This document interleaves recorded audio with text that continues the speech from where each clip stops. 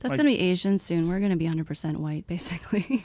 Well, not if Harvard has anything to do with it. No, true. They're trying to kick you guys out. What is it about not trying to kick you guys out? But that is one of the weirder discriminations that is somehow or another slipped under the radar, that they're making it more difficult for Asians to get into Ivy League universities because you guys do so well. Yeah, I mean it's racism. It's that's fucking that's all 100% it is. racism. It's racism. And I think some of these people who are getting pats on the back for being progressive, about being diverse, I think they just don't like us. And now they have a politically acceptable way to do it. But why is that? Why would they not like Asians? Well, some people just don't. Some people are racist. But is it that, or is it that you guys do too well? Well, that's the thing. I mean, we throw that whole narrative into question, this idea that if you're not white, you must, you can't be doing well in life. You can't pull yourself up and get on with things.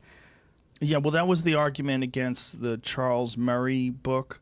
What was that book? The Bell Curve. Yes. Yeah. One of the problems with that book is people were showing the differences in IQ by, as it varies across different geographical segments and across races. And if anything, that book is really like a testament to the master race of Asians.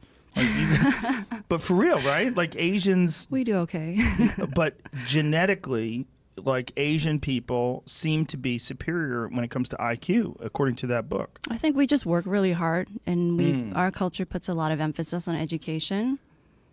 Did you read The Talent Code? Have you No, read that I book? haven't. It's a really interesting book. I'm finishing it up right now. But one of the things about it is it sort of dismisses the idea of talent. And it goes into depth about all the, not dismisses it, but shows that it's not some magic gift that's bestowed upon people. But what it is it shows all the pathways that lead to the skill developments that we consider talent. Yeah. And discipline and hard work, in particular, discipline being a culturally enforced thing, which it is with many Asians. I often talk about my friend Jungsik, who when I was doing Taekwondo, he was on the U.S. team while he was also in his residency in medical school. Wow. This guy was a fucking animal. I never met anybody in my life who worked as hard as him. He always looked exhausted. This is his face all the time.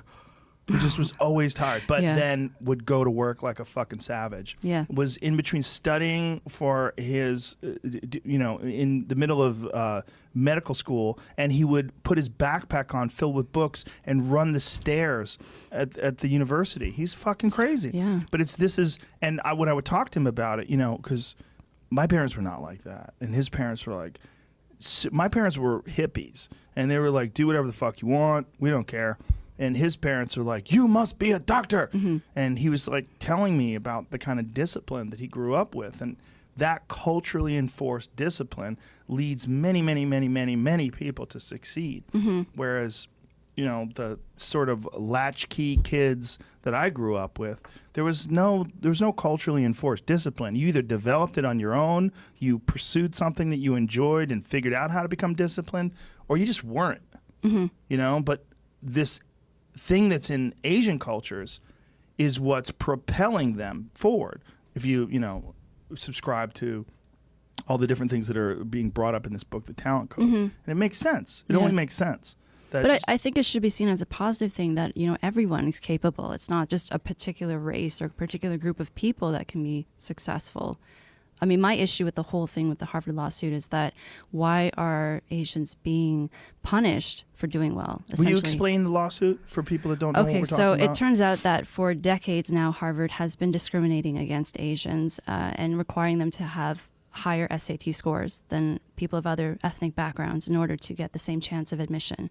And then more recently, it's been shown that, so Asians do well with SAT scores, they do well with extracurricular activities. So the only way that admissions committees can actually penalize them is through rating their personality. So seeing them as, less likable, things like that, because they're subjective. And, I find it amazing that very few liberal outlets have covered this. The New York Times has been one. But outside of that, it's been very few, and it's really disappointing. And no one I wrote about this for the Globe and Mail, and I was amazed no one had heard about this story at all. Well, not only that, even when it was covered in the New York Times, everybody's like, okay. Yeah, let's go on with our day. It's gone. Yeah. Like in and out. Yeah. Whereas if it was about any other subject or any other race or gender that's being discriminated against. I mean, if it was discrimination against black people in the same like systematic way or systemic way, it would be outrageous. Yeah. People would go crazy. Yeah. And even more insane that you're doing it to the most successful people. Yeah. The most successful in terms of academics, because that's the problem, right? Yeah. The problem I mean, it's is not helping society either. I No. mean, if I were not Asian, I would be saying the same thing. I don't think it makes sense to take people who are doing well and hold them back. No. If you want your society to do well, I think the solution would be to help people who are not doing as well. Don't penalize the people who are doing well. Well, I think there's a fear of Asians in this. And I'm not bullshitting. And I've been obsessed with this company Huawei recently. Yeah. And I got obsessed with them for two reasons. One, because I read an article about the superiority of these cell phones that they're producing that are not being accepted in America. And so then I started doing, I'm kind of a dork when it comes to like cell phones and technology. I'm very fascinated by them. So I read a lot of articles about Huawei phones. And they have these fucking insane Leica cameras with 40 megapixel lenses and 3 lenses on the front and 20 plus megapixel selfie cameras and like really intense technology. Much higher gigabytes. Like I think they have 500 gigabyte storage capacity. Wow. 4,000 milliamp batteries. Like they're a superior battery. It's a superior phone. And I'm looking at them like, wow, this is kind of crazy. And then it turns out you can't sell them in the United States. And the federal government has blocked these carriers from having them. And they're saying it's because the Chinese government is involved in stealing information and hacking and all this different stuff. I'm like, okay. All right, maybe, but it's kind of fucking weird that you can't figure out whether or not a phone is being used to like. How are these hackers? How are these like super genius people who program phones? You can't like look at one of those phones and figure out what it's doing.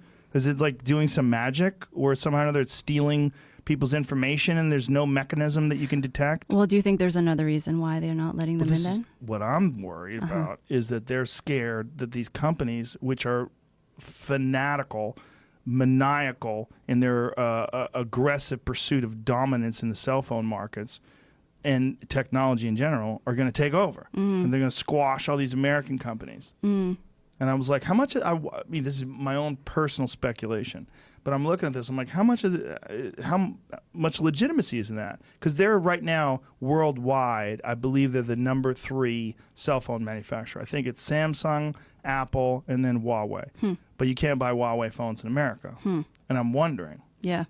We're scared of the Chinese taking over.